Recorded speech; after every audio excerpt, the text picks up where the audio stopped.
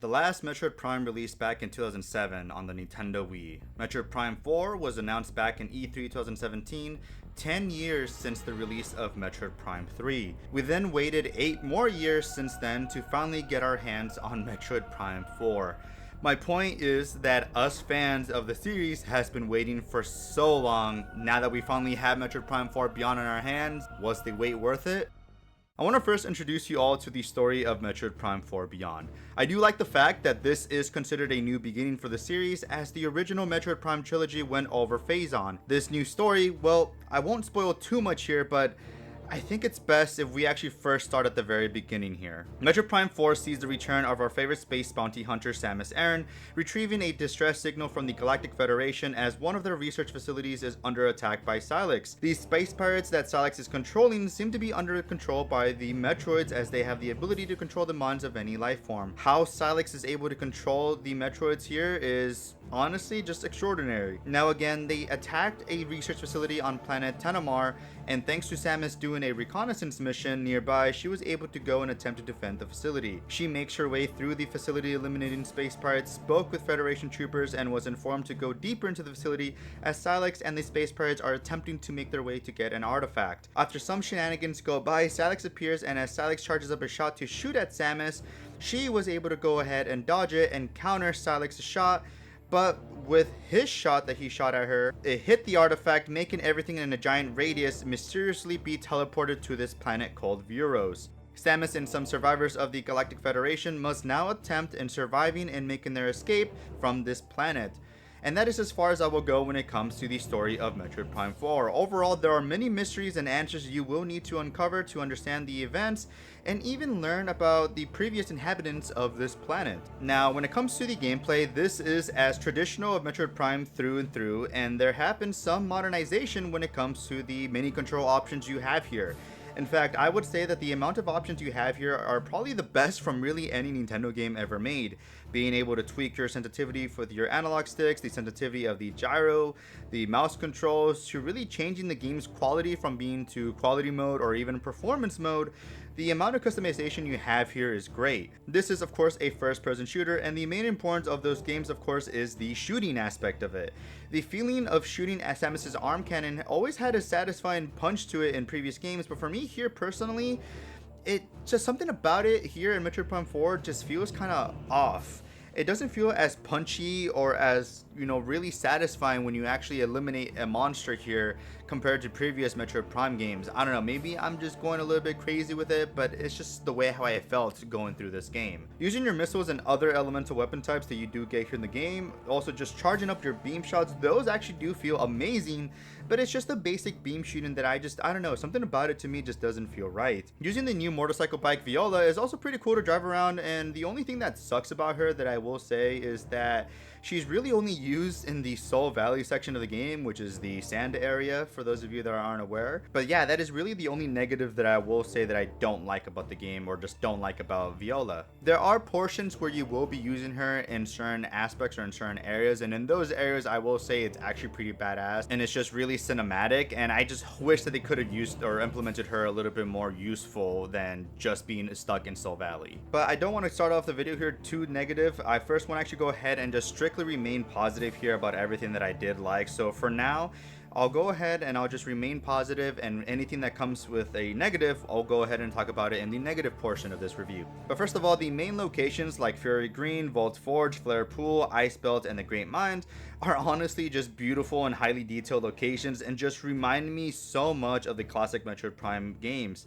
The level designer and artist should be proud of the amazing work they have done here. Same goes with the enemy designs, some even making me feel creeped out or uneasy when looking at them. All of it in that regard makes the Metroid Prime name proud. Same goes with the boss fights, some even being tough and making you have to concentrate, and that's just in the normal difficulty. Now transitioning to talking about the difficulty here in this game, that has always been Metroid Prime's bread and butter. I wouldn't necessarily say that they were very difficult games, but I would say it's more so of a game that you for sure have to remain cautious and focused when exploring the worlds in these games.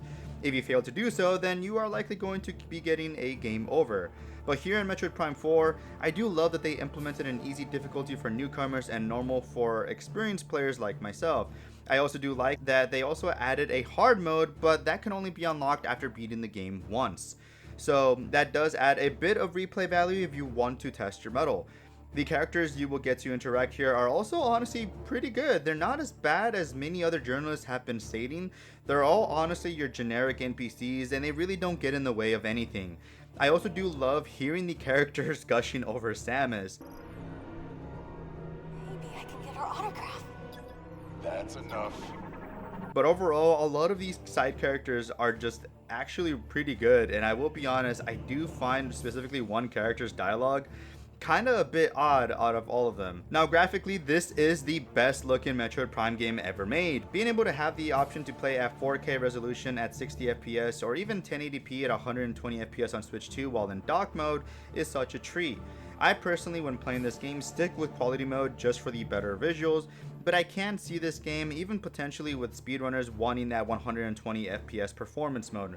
I personally don't think it matters when it comes to a more story-focused game than versus an actual competitive shooter, but nonetheless, having that option here is amazing. There are some parts in the game where I did see some muddy textures, and this was also me playing in quality mode, but even then, it was really nothing that ruined my experience or even made me lose my immersion in the game. Seeing details such as the bobbing of Samus's arm cannon even showing ice kind of being stuck onto it, the smoke after shooting for a while, seeing Samus's own reflection on the screen after doing a charge shot and it dispersing up close.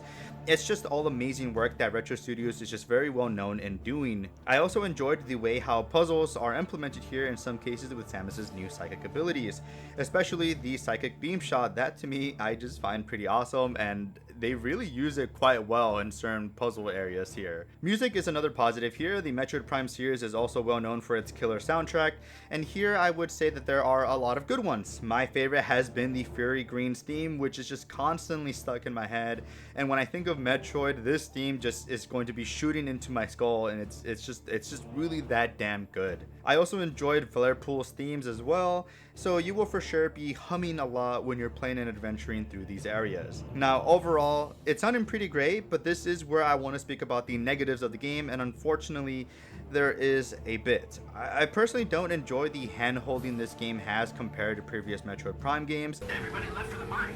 You can meet them there. I always enjoyed the previous game's feelings it gave me as I was confused on where to go next, until the game either gives me a hint of where to search through an area or I just stumble upon it myself, giving me an aha feeling. Now, some people may not see this as a negative, especially newcomers, but I personally am just not a fan of this more linear focused playstyle.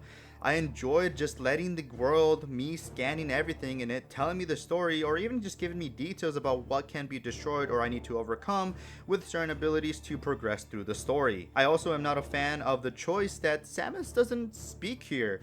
Samus has spoken in previous Metroid games in the past, but even then, I don't think that Samus should speak all the time, but little quips in the same vein as like in Metroid Dread, or that moment when she had in Metroid Dread when we hear her speak is just considered, in my opinion, a legendary moment. It's, again, not a big deal, but it's just something that I think was just odd seeing her only nodding to answer back, and it just made me really wish for that Nintendo would just go ahead and just give the okay and just have there be voice acting in Metroid. Now, let's go ahead and talk about the main big negative here, or at least one of the main big negatives here that this game has going with it, and that is Soul Valley. I'm not gonna try to sugarcoat it here or anything. It's honestly a pretty boring area to go through, and also just there not being a fast travel mechanic in the game is honestly pretty disappointment. I was honestly hopeful that there would be lots of secrets and stuff for us to find in this area, and in the end there are some activities for us to do, but honestly it's just stuff that doesn't really feel as important really. Like, everything in this area is such a letdown, and I feel like if they wanted to implement some form of a hub where all regions can connect somehow, they should have just did it with the classic elevator system, or even just making Soul Valley itself a little bit smaller. There is so much unnecessary space here that really I don't know what Retro was thinking when creating Soul Valley here. I also don't mind there not being any music, because even if the music was loud in this area, it honestly still wouldn't help it with how boring it is to traverse. The fact that Nintendo wants us to pay an additional $30 for an amiibo and to get a jukebox, is actually pretty insane. There is music here. I will go ahead and defend a little bit here for Soul Valley, is that there is a little bit like of a theme or music here, but it's more so just ambient sounds and those sorts of themes. But yeah, regardless of there being music here or not, I personally believe that it wouldn't really help regardless. I'm also just not a fan of the amount of suits there are in this game, so this might be a little bit of running into spoiler territory a little bit, but I will try my best not to spoil so much here. But in all previous Metroid Prime games, and even in normal 2D Metroid games, we see Samus upgrades with multiple suits, like the Varia suit, to the Gravity suit, to the Phazon suit, and so on. But there are just a lack of just seeing that progression with Samus and her getting these upgrades, which are basically just her standard upgrades again, now just adding the psychic moniker in front of it. Things as like the speedball here are just known as the psychic speedball, or the psychic lasso, or the psychic grapple. It's just kind of weird that they advertise the psychic abilities here to be this brand new type of thing. And granted, there are some new unique things that do add kind of a lot of cool looking puzzle solving. Like I mentioned, the psychic beams, you being able to control the beam shooting of that is actually really awesome and amazing for puzzles. But other than that, there's really nothing else here that's actually spectacular or unique about these psychic abilities. Another disappointment that I have for the game is just how long the game is. Within me playing only 5 hours in, I was apparently already over 50% done with the game. In previous Metroid Prime games, granted it doesn't really necessarily tell you what percentage you are at, but here in this game it actually tells you the amount of scan progression that you have, and also of course your item percentage that you have. And within of me just playing 5 hours, weirdly enough, I was already at about 50%, or at least over 60% when it comes to scanning, and about 40% when it comes to the items. And that's also within just me taking my sweet time and actually just trying to enjoy everything that this game has to offer. If you go ahead and you take a step back and you take a look at previous Metroid Prime games, if you know exactly what you were doing, let's say for example Metroid Prime 1, you can for sure beat the game, I would say, in about 10 to 15 hours. If you're yourself a speedrunner, then of course you can beat that even faster. But when you're playing that game in your very first playthrough, and I know for me this is how long it took me about 20 to 30 hours to complete the original Metroid Prime, and that's also Metroid Prime 2. But because of the hand holding that this game actually does have, and it being more of a linear game, I was able to get and do a lot of stuff here, I feel like, pretty quick. So that for me is a negative, especially for the asking price of $70. And finally, the biggest disappointment and negative about this game to me is the intro startup screen. The menu, the themes of the classic trilogy are iconic. I even made a YouTube short showcasing every single one of the previous games and showing just how amazing they are. It doesn't even say Retro Studios Presents, it was only Nintendo Presents. And back in the original trilogy, it always said Nintendo and Retro Studios Presents.